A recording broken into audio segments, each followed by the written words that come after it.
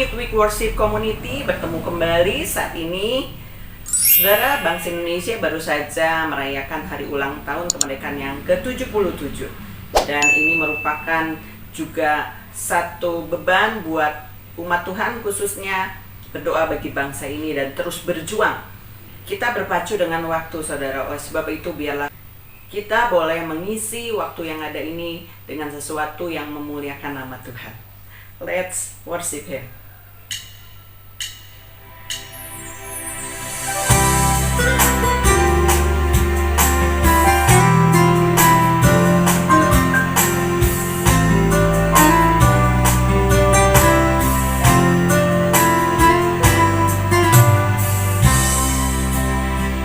Katakan dengan segenap hati kita bahwa kita mengasihi Tuhan Yesus. Aku mengasihi Engkau, Yesus, dengan segenap hatiku. Aku mengasihi Engkau, Yesus, dengan segenap jiwaku. Ku renungkan firman-Mu siang dan malam, ku pegang perintah-Mu dan ku lakukan. Engkau tahu ya Tuhan, tujuan hidupku hanyalah untuk menyenangkan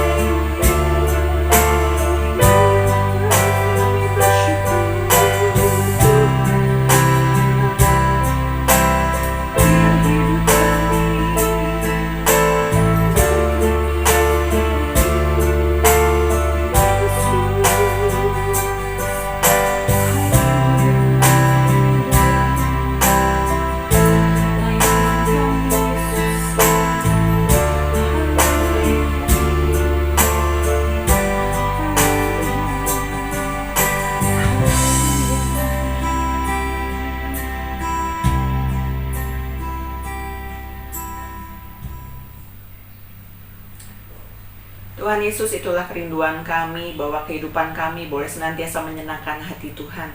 Biarlah kehidupan kami boleh senantiasa berkenan di hati Tuhan. Tuhan Yesus, biarlah Tuhan yang akan terus pertetapkan iman kami, perteguh keyakinan kami untuk kami terus berjalan di dalam terang kebenaran firman Tuhan, dan menyatakan bahwa Tuhan Yesus adalah juru selamat kami satu-satunya.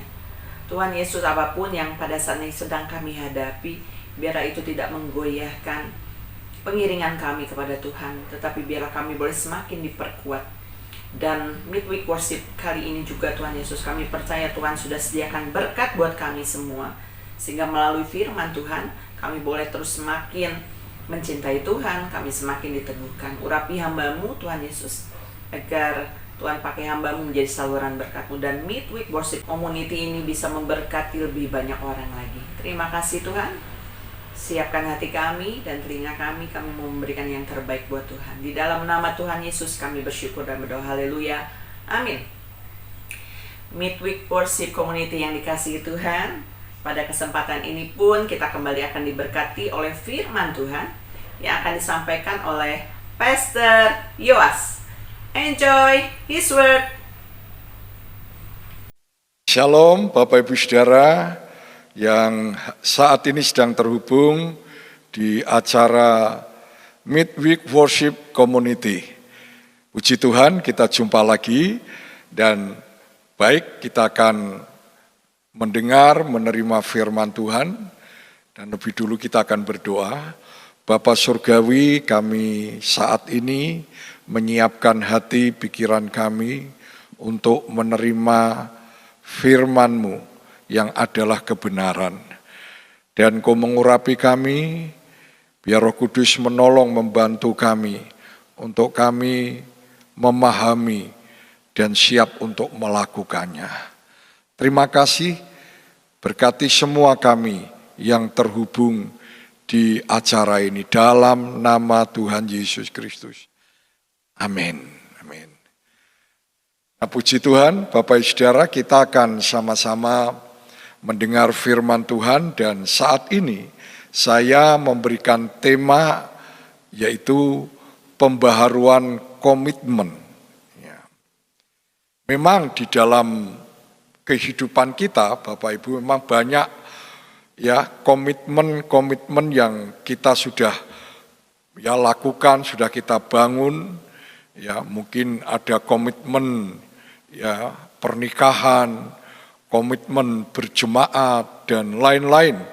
Tetapi saya akan menyampaikan hal yang sangat mendasar, ya, yaitu komitmen yang perlu kita perbaharui, yaitu tentang ibadah. Nah, kita akan membaca satu ayat di dalam Yosua, ya, pasal 24 ayat yang ke-15. Saya baca. Tetapi jika kamu anggap tidak baik untuk beribadah kepada Tuhan, pilihlah pada hari ini kepada siapa kamu akan beribadah. Allah yang kepadanya nenek moyangmu beribadah di seberang sungai Efrat, atau Allah orang Amori yang negerinya kamu diami ini? Tetapi aku dan seisi rumahku, kami akan beribadah kepada Tuhan. Wow, Bapak Ibu Saudara, ini luar biasa. Ya. Yosua menyampaikan ya rekomitmen ini, khususnya ya ibadah ini adalah di mana Yosua dan bangsa Israel sudah ada di negeri Kanaan. Atau negeri perjanjian. Dan mereka sudah menikmati apa yang dijanjikan Tuhan itu. Ya. Negeri yang penuh dengan susu madu, ya, negeri yang sangat diberkati Tuhan. Dan mereka menikmati, bahkan mereka memang sudah merasa nyaman, merasa aman. Ya. Tetapi pada waktu Yosua ya sudah usia lanjut dan menjelang kepada kematiannya, maka Yosua mengumpulkan para tokoh-tokoh, para pemimpin ya bangsa Israel ini untuk mengadakan rekomitmen, ya, pembaharuan komitmen atau janji mereka tentang apa? Tentang ibadah.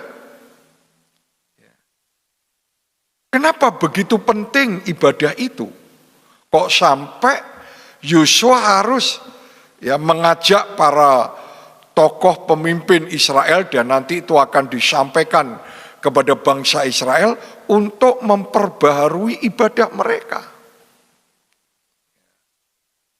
Nah, alasan yang mendasar adalah karena ibadah itu adalah sebuah hubungan ya secara pribadi dengan Tuhan yang dibangun terus menerus.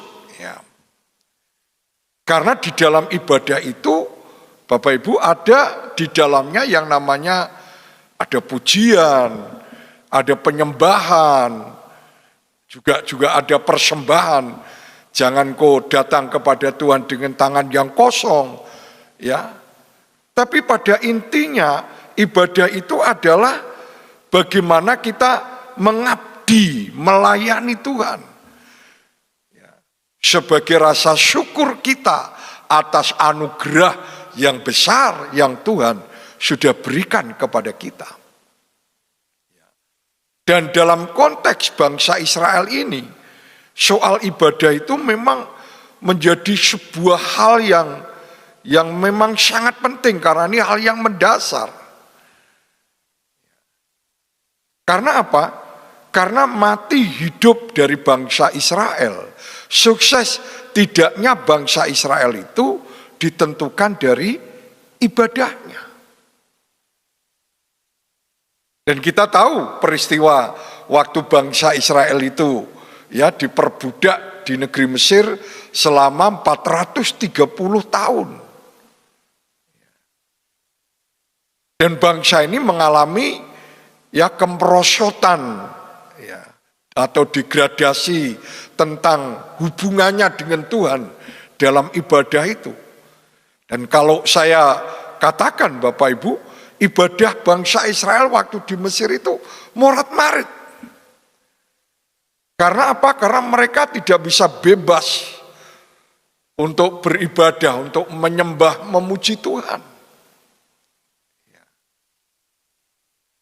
Dan ini mereka merasa, wah, ya ada sesuatu yang harus cepat ya ditangani, diperbaiki.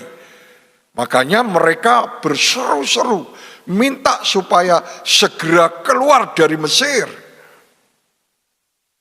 Dan betul Tuhan mendengar. Dan waktu Tuhan mendengar, Tuhan mengutus hambanya namanya Musa.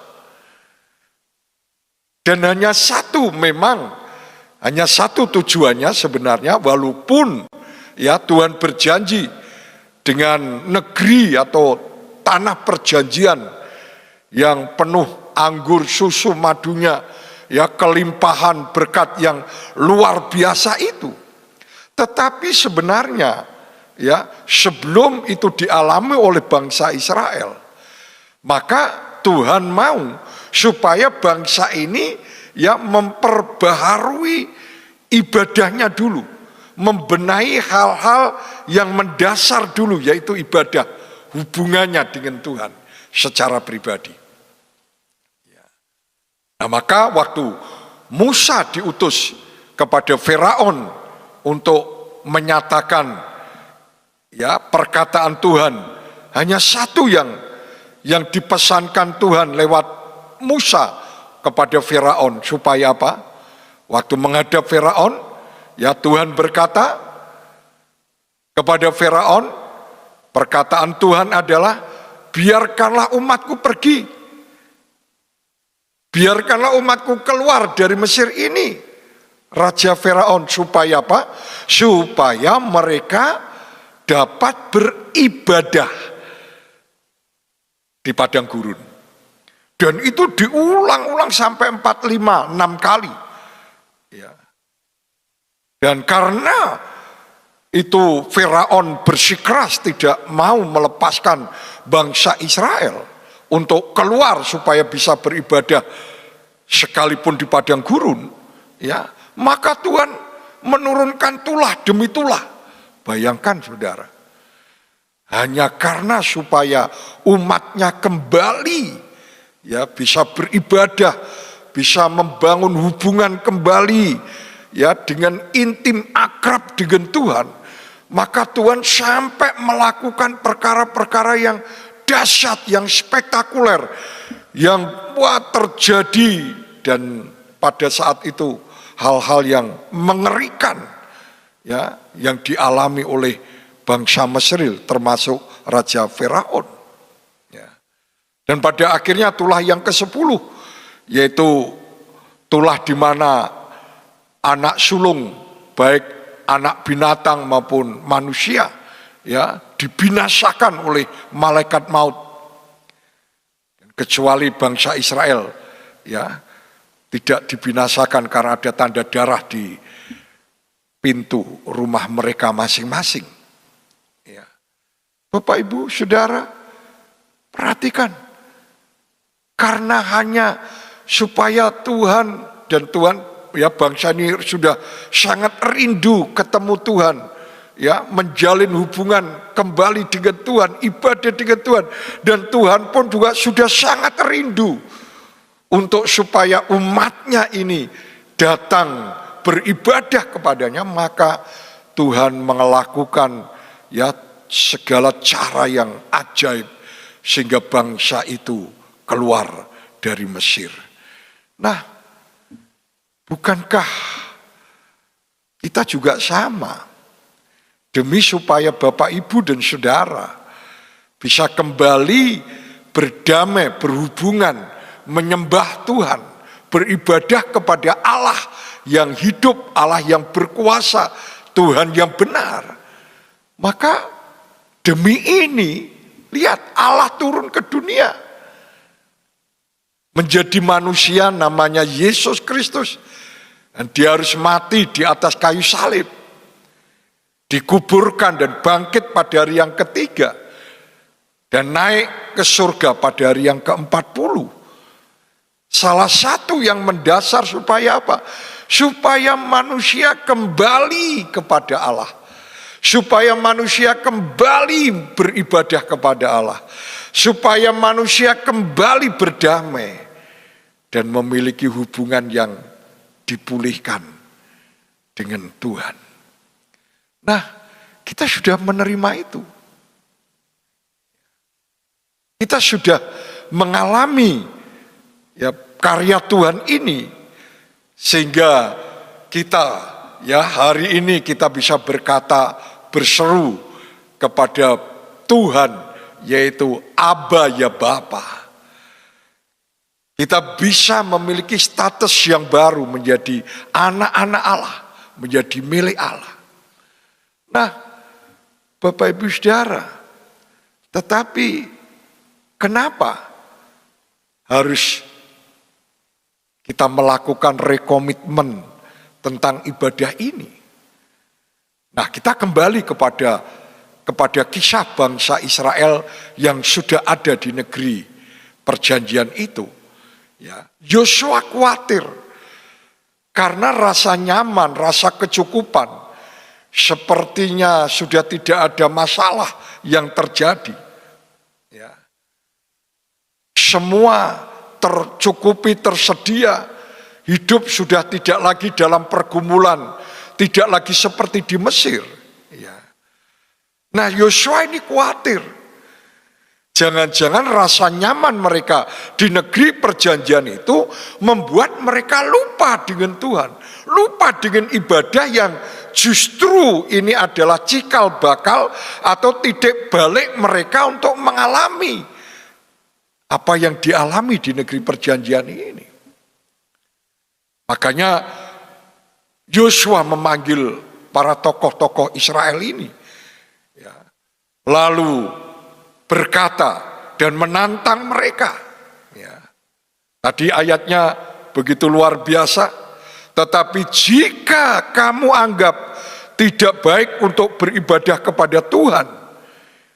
Mungkin pada waktu itu Yosua sudah mendengar, bahkan mungkin melihat dan merasakan bahwa mungkin ada sebagian bangsa Israel yang sudah mulai kecenderungannya itu karena rasa mapan, rasa cukup itu, maka kecenderungannya sudah mulai mundur, mulai jauh, sudah mulai melupakan Tuhan, sudah mulai tidak lagi setia, sudah tidak lagi berkomitmen dalam ibadah mereka kepada Tuhan. Gejala itu sudah dicium oleh Yosua. Maka Yosua cepat mengambil tindakan, Bapak Ibu. Ya. Lalu berkata, tetapi jika kamu anggap tidak baik untuk beribadah kepada Tuhan, pilihlah pada hari ini kepada siapa kamu akan beribadah. Kalau kalian menganggap beribadah kepada Tuhan itu kalian anggap tidak baik, sekarang silakan pilih. Wah, tegas ya. Kepada siapa kalian mau beribadah? Ya. Apakah Allah yang kepadanya nenek moyangmu beribadah di seberang sungai Efrat? Atau Allah, ya, tanda petik huruf kecil, orang Amori yang negerinya kamu diami ini? Ayo pilih. Ditantang, pilih. Tapi dengar, aku dan seisi rumahku, kami akan beribadah kepada Tuhan apapun yang terjadi. Dan kalau Bapak Ibu baca ayat-ayat berikutnya, maka mereka gentar dan takut ya akan Tuhan. Karena waktu itu hadirat Tuhan turun, lalu mereka bersama-sama berkata di hadapan Tuhan, dan Yosua menjadi saksi. Mereka berkata serempak, kami semua akan tetap beribadah kepada Tuhan dan kami tidak akan meninggalkan Tuhan. Nah, Bapak Ibu, saudara yang dikasihi oleh Tuhan, ini penting. Kita pun juga harus hari-hari ini setelah Paskah pandemi ini. Mungkin selama pandemi kita beribadah, tetapi mungkin kita sudah tidak lagi memiliki atau mengutamakan hubungan dengan Tuhan secara pribadi. Mungkin ibadah kita sudah terjebak kepada yang namanya ibadah legalitas, agamawi saja, rutinitas. Di dalamnya kita sudah tidak lagi merasakan kuasa ibadah itu. Apalagi kita lakukan dengan online, dengan live streaming maupun juga lewat Zoom, tentu berbeda dengan ibadah yang menurut Ibrani yaitu kebersamaan secara korporat. Tentu berbeda karena di sana ada hubungan baik dengan Tuhan dan sesama, ada fellowship, ada saling meneguhkan, menguatkan. Berbeda waktu kita masih online. Mungkin kita ibadah kita mungkin tidak serius, tidak lagi dengan segenap hati. Karena kita lakukan di rumah-rumah tentu banyak gangguan, banyak tantangan, cobaan, godaan bahkan. Sehingga jujur di Paskah pandemi ini kita perlu rekomitmen ibadah kita. Mari Bapak Ibu Saudara, sekarang kita harus mulai bangkit. Seperti kita akan baca di dalam Ibrani pasal yang ke-10 ayat 25. Apa yang dikatakan Ibrani 10:25 berkata seperti ini. Janganlah kita menjauhkan diri dari pertemuan-pertemuan ibadah kita, seperti dibiasakan oleh beberapa orang. Tetapi marilah kita saling menasihati dan semakin giat melakukannya menjelang hari Tuhan yang mendekat. Jadi ayat ini menyatakan kepada kita bahwa di hari-hari terakhir menjelang kedatangan Tuhan yang semakin dekat ini, maka kita harus semakin giat untuk beribadah, yaitu berkumpul bersama-sama dalam memuji, menyembah, menerima kebenaran firman, ya, di sebuah mungkin tempat, gedung atau gereja, ya, secara korporat. Dan kita harus kembali ke sini. Karena sekarang situasinya sudah aman, ya. Dan kita tidak boleh terjebak bahkan nyaman dengan ibadah online. Padahal gereja di mana kita berada sudah terbuka untuk ibadah onsite. Dan sesuai dengan firman Tuhan ini, mari kita harus semakin giat melakukannya. Melakukan apa? Ibadah.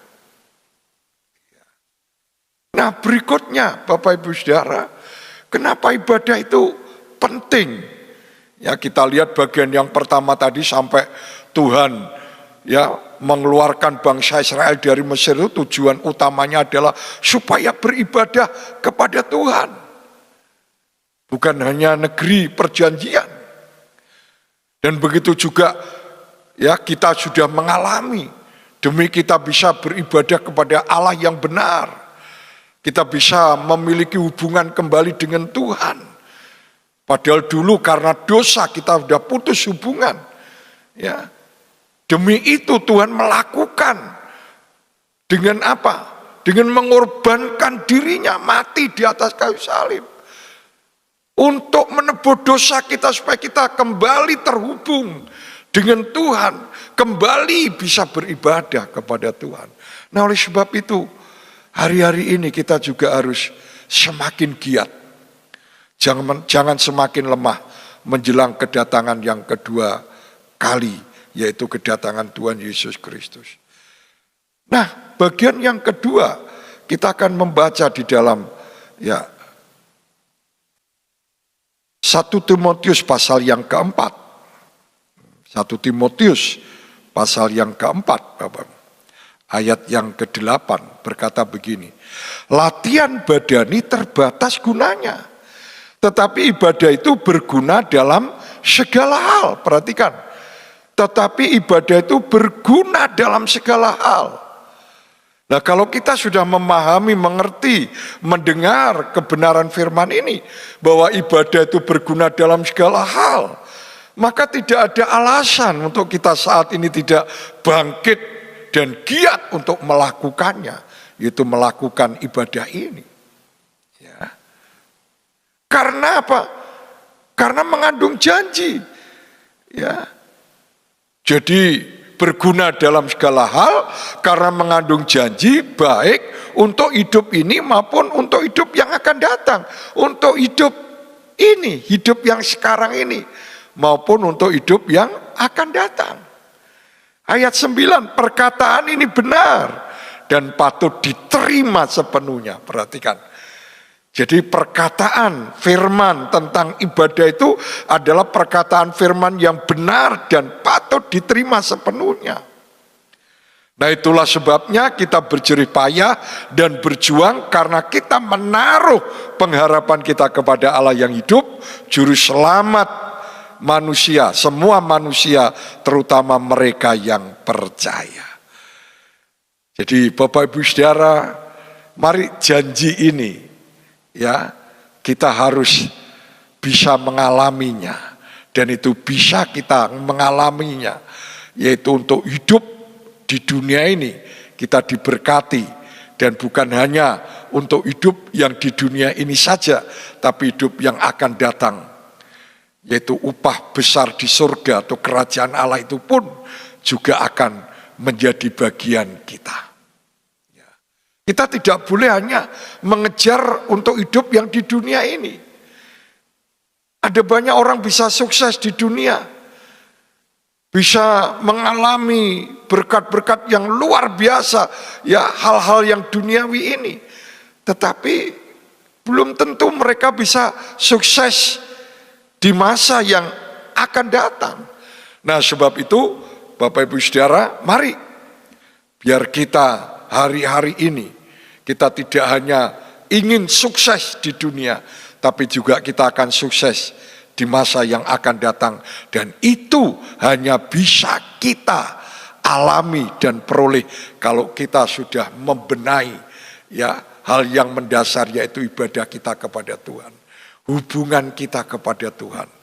Ya, kalau itu kita sudah benahi dan kita kembali ya kepada Tuhan, maka percayalah janji ibadah ini akan kita nikmati.